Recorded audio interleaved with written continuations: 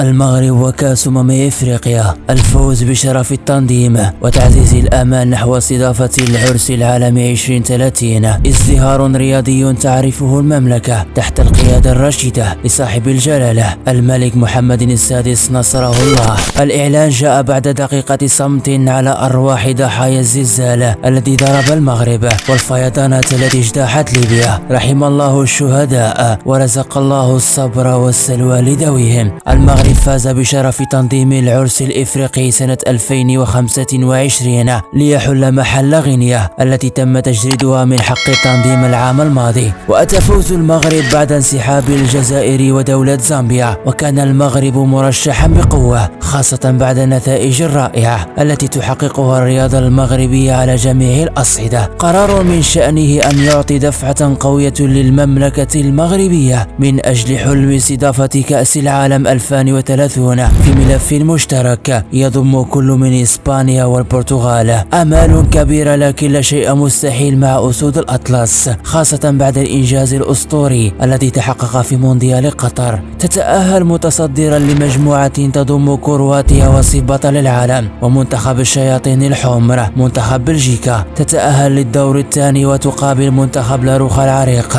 وتكون سببا في مغادرته للبطولة. أن تتأهل للدور الربع النهائي وتكون سببا في حرمان رونالدو من حلم التتويج بالتاج العالمي. تتأهل للنصف النهائي كأول منتخب عربي إفريقي يحقق هذا الإنجاز لتغادر البطولة من أوسع الأبواب أمام منتخب الديكة.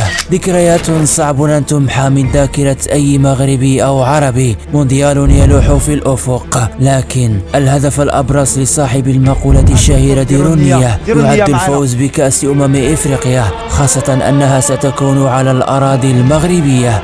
وللتذكير فإن المغرب يستضيف الحدث الأكثر شعبية في إفريقيا للمرة الثانية بعد حوالي 4 عقود من المرة السابقة عام 1988. هل سيحقق المغرب إنجاز سنة 1976 أم سيكون لبقية المنتخبات رأي آخر؟ هذه المرة لن يلعبوا ضد المنتخب المغربي، بل سيلعبون ضد رابع العالم. الكل يريد أن ينتصر عليك، الكل يريد أن يهزمك، لكن في النهاية ستبقى الكأس الغالية على الأراضي المغربية بتوفيق من الله. أراكم في فيديو قادم بإذن الله. الله المعين.